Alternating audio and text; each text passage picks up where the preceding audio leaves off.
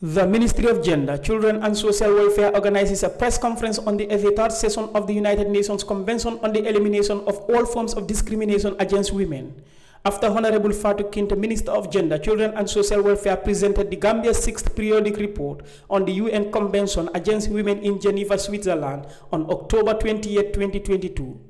The Gambia government was invited by the UN Committee on CEDAW to participate in a constructive dialogue and answer questions of the committee concerning the report.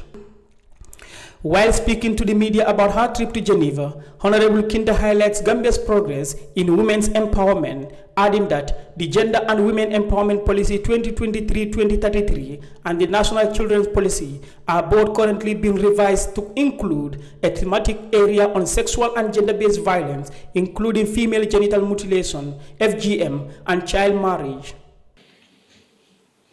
In 2019, the Gambia registered one of the highest commitments for addressing gender equality and the empowerment of women. The establishment of the Ministry of Gender, Children and Social Welfare culminated in the formulation and implementation of the National Strategy and Policy on FGMC 2021-2030. The National Action Plan on the UN Resolution 1325 on Women, Peace and Security, the Persons with Disability Act 2020, the Women Enterprise Fund Act 2020, and the Ministry Strategic and Investment Plan 2021 to 2025. Additionally, the Gender and Women Empowerment Policy 2023 and the National Women's Policy are both currently being revised to include thematic areas on sexual and gender-based violence, including female genital mutilation and child marriage. The delegation also addressed issues in relation to discriminatory laws against women, in which they are highlighted that the Ministry of Justice between 2019 and 2021 led a comprehensive review and harmonization of all existing legislations with particular focus on laws intended to stifle freedom of expression, discriminatory laws against women and children, amongst others.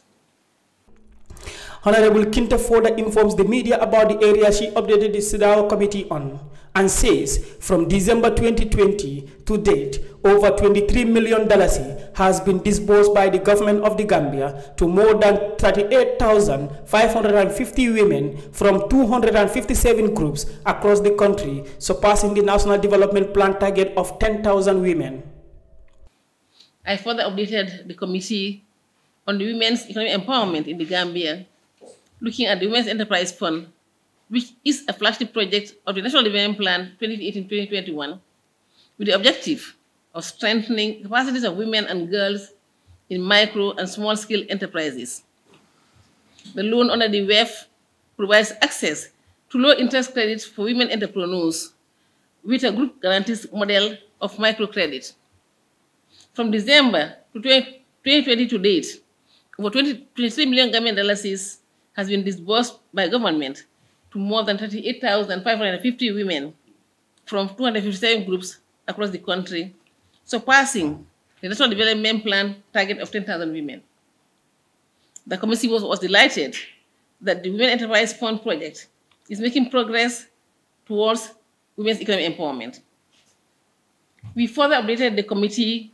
on the support being currently given to women fish processors at the fish landing sites in the coastal parts of the Gambia, such as Gunjur, Burfoot, and Tanje. This project seeks to improve the working conditions of women working in the fisheries sector or fisheries value chain to benefit from new fish smoke houses, solar dryers, cold storage facilities, resting rooms, toilets, store, and boreholes.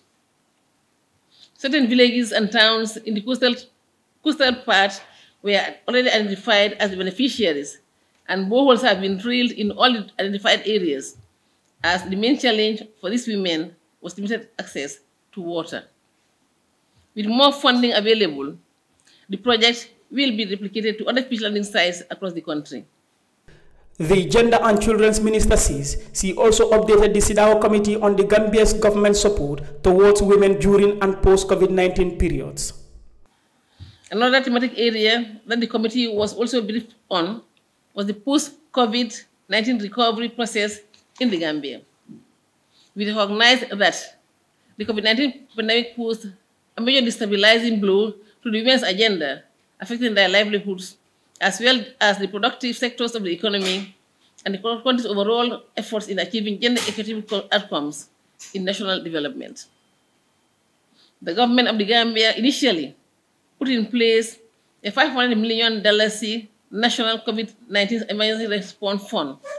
through budget reallocation from other sectoral budgets to enhance the national response plan